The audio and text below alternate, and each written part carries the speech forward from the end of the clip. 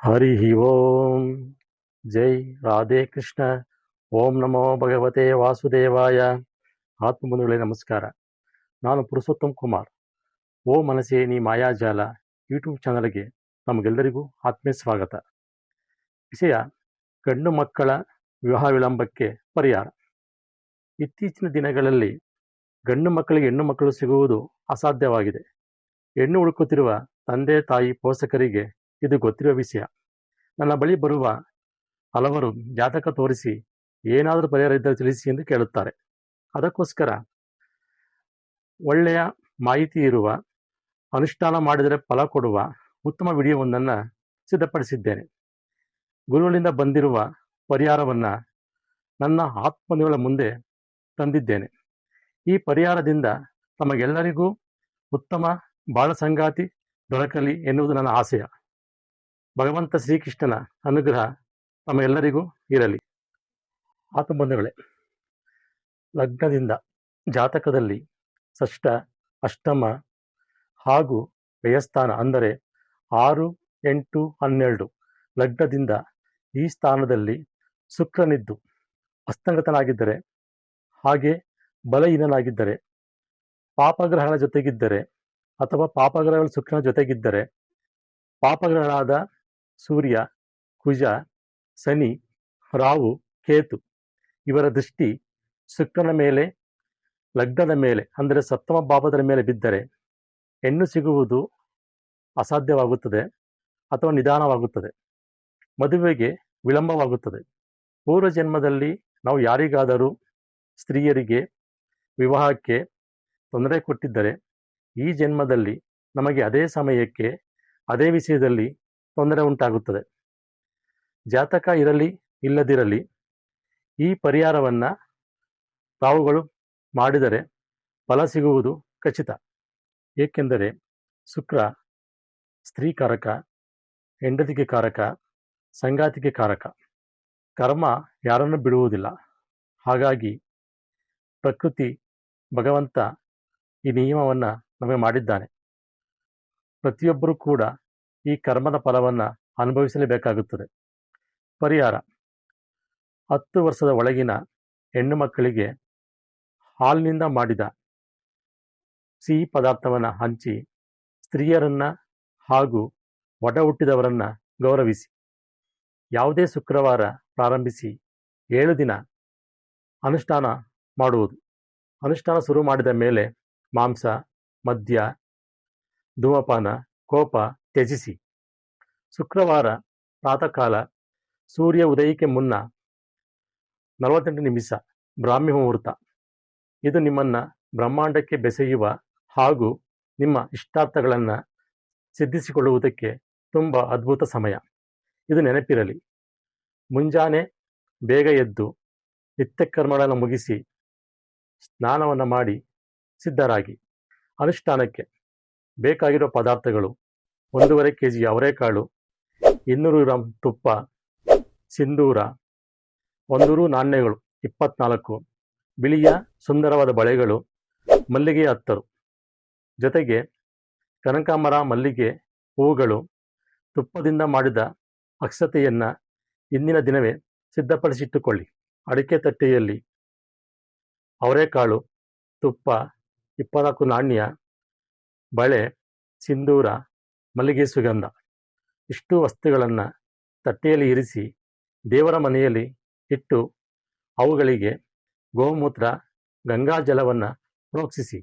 ನಂತರ ತಂದೆ ತಾಯಿ ಹಿರಿಯರಿಗೆ ನಮಸ್ಕರಿಸಿ ಕುಲದೇವರನ್ನು, ಗುರುಗಳನ್ನು, ಗಣಪತಿಯನ್ನು ಮನದಲ್ಲೇ ಸ್ಮರಿಸಿ ಕೈಯಲ್ಲಿ ಎಡಗೈಯಲ್ಲಿ ಹೂವು ಅಕ್ಷತೆಯನ್ನು ಹಾಕಿ ಬಲಗೈನ ಮುಚ್ಚಿ ಸಂಕಲ್ಪ ಮಾಡಿ.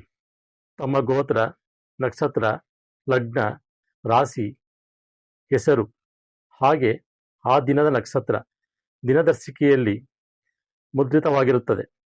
ಅದನ್ನು ತಿಳಿದುಕೊಂಡು ಮನದಲ್ಲೇ ಸ್ಮರಿಸಿ, ನಾನು ಇಂಥವರ ಮಗ, ತಂದೆ ತಾಯಿ ಹೆಸರನ್ನು ಹೇಳಿ ನಾನು ಕೈಗೊಂಡಿರುವ ಜಪ, ಅನುಷ್ಠಾನ, ಪೂಜೆ ಹಾಗೂ ಶುಕ್ರಗ್ರಹ ದೇವರ ಅನುಷ್ಠಾನವನ್ನು ಮಾಡುತ್ತಿದ್ದೇನೆ.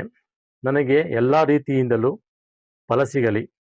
ನಂತರ ತಂದೆ ತಾಯಿ ಗುರು ಹಿರಿಯರಿಗೆ ನಮಸ್ಕರಿಸಿ, ಕುಲದೇವರಿಗೆ ಗಣಪತಿಯವರಿಗೆ ನಮಸ್ಕರಿಸಿ, ಕೈಯಲ್ಲಿ ಹೂವು ಅಕ್ಷತೆಯನ್ನು ಎಡಗೈಗೆ ಹಾಕಿಕೊಂಡು ಬಲಗೈಯನ್ನು ಮುಚ್ಚಿ ಸಂಕಲ್ಪ ಮಾಡಿ.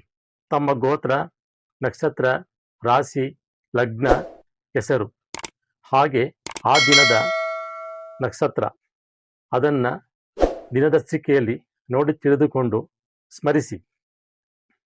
ನಾನು ಇಂಥವರ ಮಗ, ತಂದೆ ತಾಯಿ ಹೆಸರನ್ನು ಹೇಳಿಕೊಂಡು ನಾನು ಕೈಗೊಂಡಿರುವ ಜಪ ಅನುಷ್ಠಾನ, ಶುಕ್ರ ಗ್ರಹ ಅನುಷ್ಠಾನ ಪೂಜೆ ಫಲಪ್ರದವಾಗಲಿ. ನನ್ನ ಪೂರ್ವಜನ್ಮದ ಎಲ್ಲ ಋಣಾತ್ಮಕ ಶಕ್ತಿಗಳು ನಿವಾರಣೆಯಾಗಿ ನನಗೆ ನಿಮ್ಮ ಅನುಗ್ರಹದಿಂದ ಸದ್ಗುಣ ಸಂಪನ್ನೆಯಾದ ಉತ್ತಮ ಕುಲದ ಕನ್ಯೆ ದೊರಕಲಿ ಎಂದು ಪ್ರಾರ್ಥಿಸಿ, ಹಿಂದೆ ಮಾಡಿರುವ ತಪ್ಪುಗಳಿಗೆ ಕ್ಷಮೆ ಕೇಳಿ, ಕೈಯಲ್ಲಿರುವ ಹೂವು ಅಕ್ಷತೆಯನ್ನು ತಟ್ಟೆಯಲ್ಲಿರುವ ಎಲ್ಲ ಪದಾರ್ಥಗಳ ಮೇಲೆ ಇರಿಸಿ.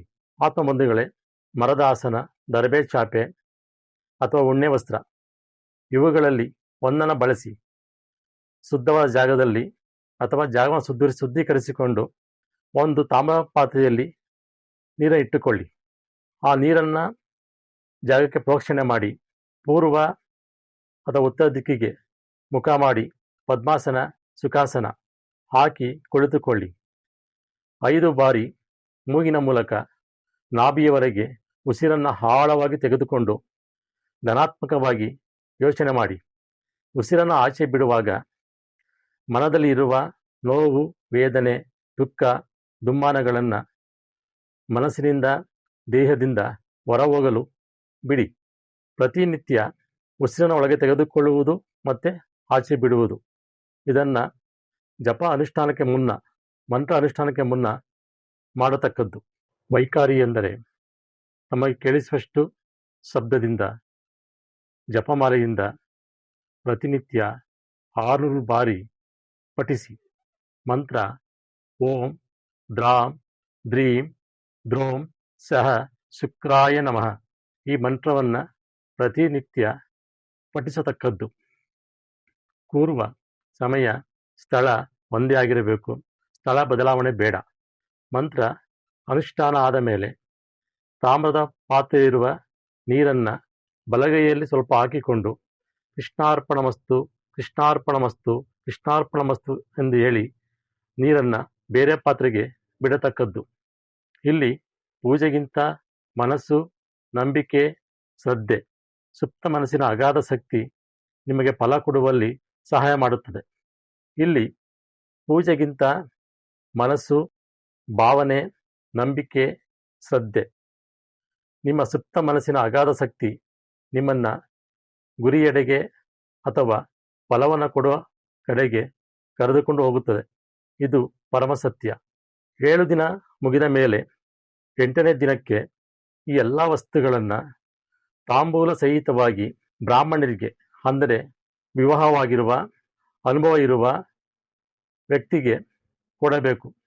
ಆಗಲಿಲ್ಲ ಅಂದರೆ ಲಕ್ಷ್ಮಿ, ಕಾಳಿ, ದುರ್ಗಾ ಈ ದೇವಿಯರಿಗೆ ಅರ್ಪಣೆ ಮಾಡಿ.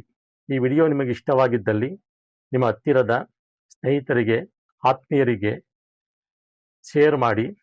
ಹಾಗೆ ಸಬ್ಸ್ಕ್ರೈಬ್ ಮಾಡಿ. ಸರ್ವೇ ಜನಃ ಸುಖಿನೋ ಭವಂತು. ಮುಂದಿನ ವಿಡಿಯೋದವರೆಗೆ ಸಮಯವಿರಲಿ. ನಿಮ್ಮ ಆರೋಗ್ಯ ನಿಮ್ಮ ಕೈಯಲ್ಲಿರಲಿ.